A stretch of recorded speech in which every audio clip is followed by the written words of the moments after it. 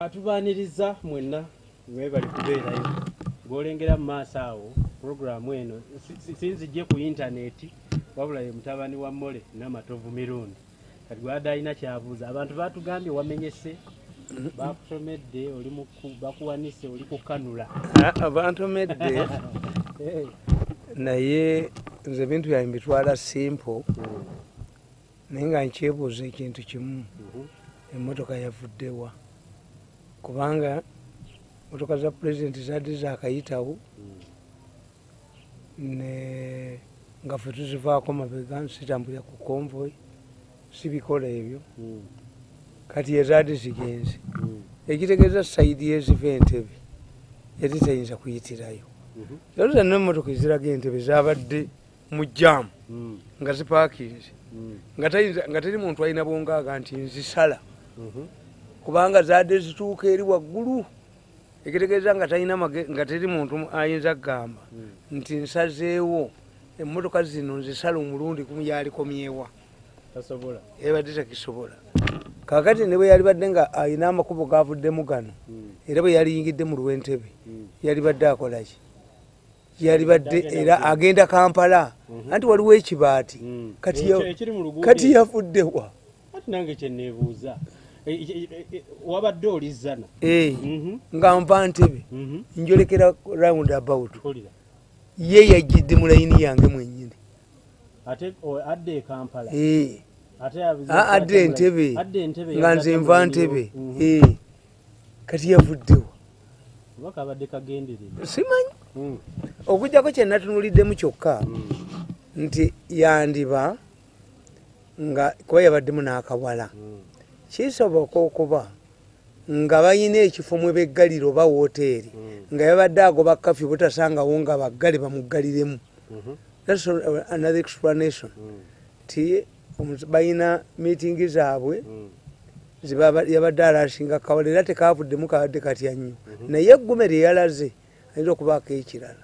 kuba yabadde amumanyi eggume lye yalaze singa tusamuyisiza mu ddirisa yadde alemeddemu ate nekijja ekinsomesa ekintu ekirala kintu ekimanyi nkibagamba nti abantu tusafalinga kyetuyita transferred anger. Abantu balowooza nti naffe twabba emmere yaabwe, abantu balowooza nti naffe sente za covid tuzibba kyokka nze nkuba ababbi okuboogoloza why tibo tebalabwa no toyinza balabako bo babeera mayumba gaabwe naki tobalabako no abantu bazze nga balowooza nti emmotoka ya UC yetomedde omuntu bwe busungu bwe bazze nabo kakati ate ne balaba nze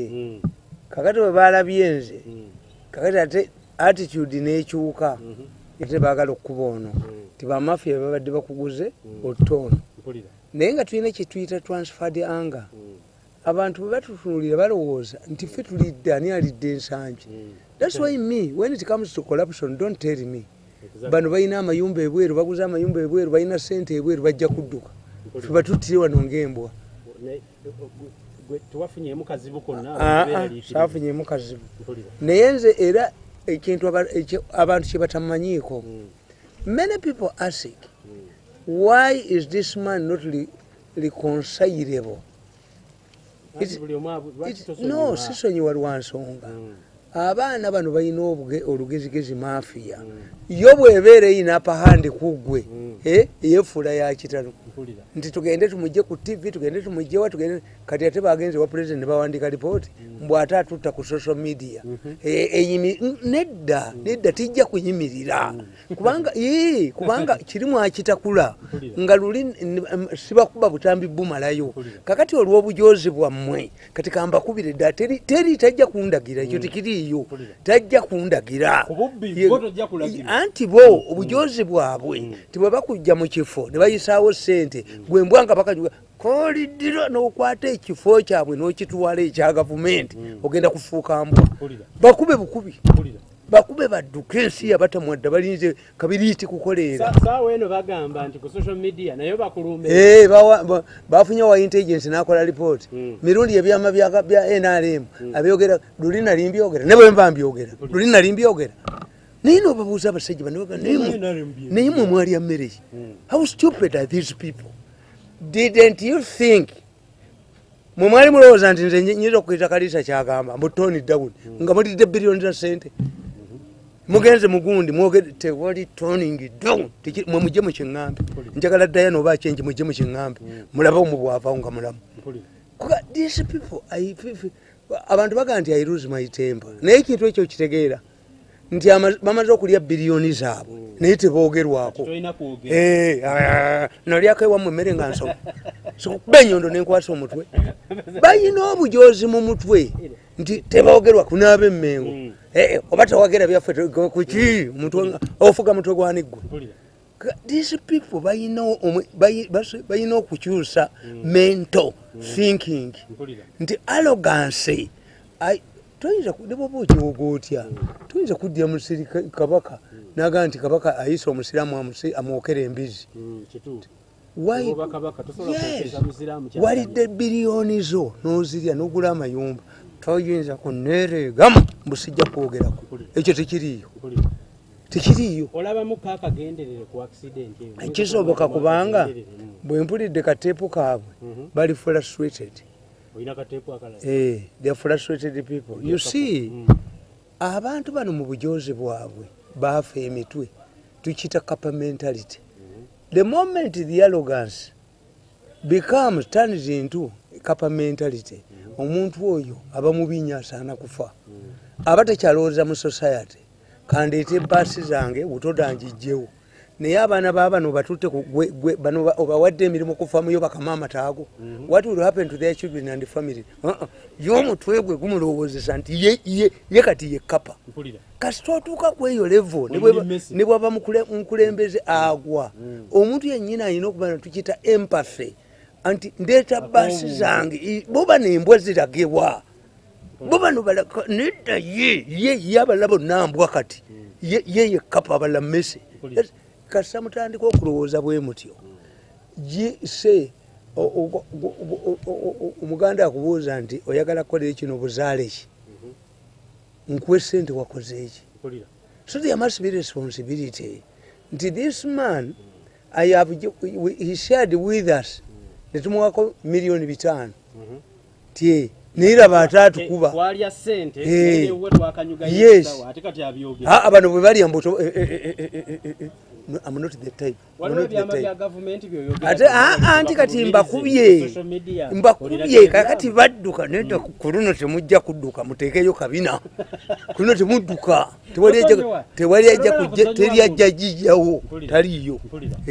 kubanga njagala mbabuulire nti bulijjo bwe muba mukola you must expect a reaction. I'm an intelligent man, very intelligent. Yes. After 14 years in the State House, mweta mufunanga kumukisa kutegeera karakita yange nti ogenze ewa Kaliisa alowoozezza nti asobola omanyi nti osobola okundagira nozija kisirikaayo kiki kisirikaayo kakati ebyo busiru tebalina strategy. These people have no strategy.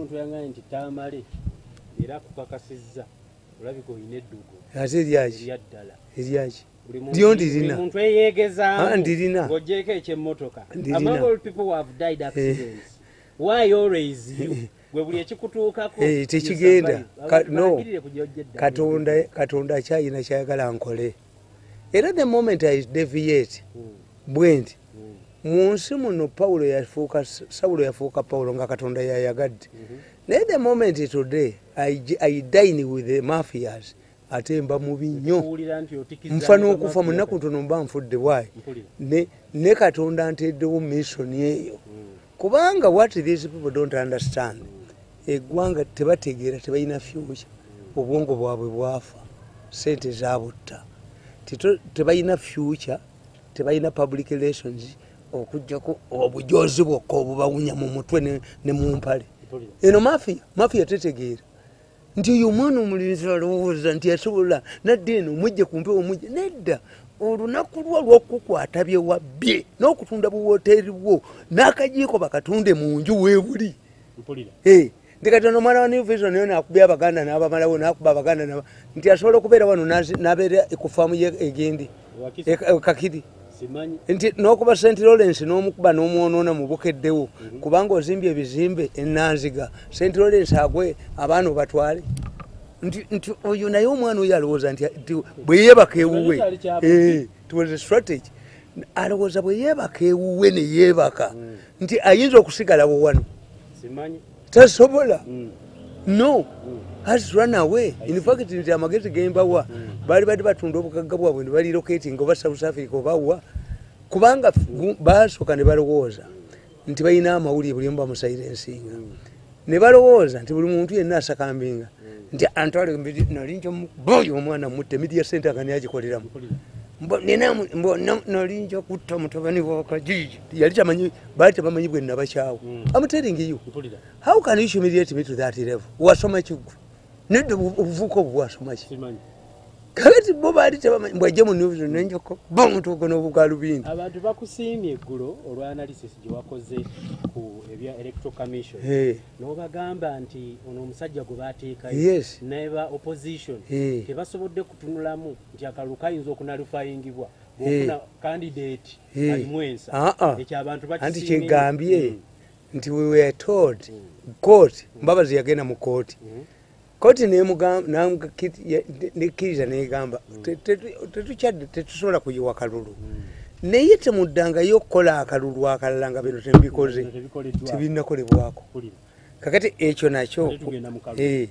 kubanga nze nkugamba nti ntunuuliramu nga bamafiya abazingizizza Museveni anti kyenkugamba nti tebatandise kati alwana nabo naye oyina ebintu byotunulira n'oga nti are they this is it an omission what is this kakati all of these years since the court kubanga kankubuulire omusango gwa Mbabazi olowooza gwasazibwa ddi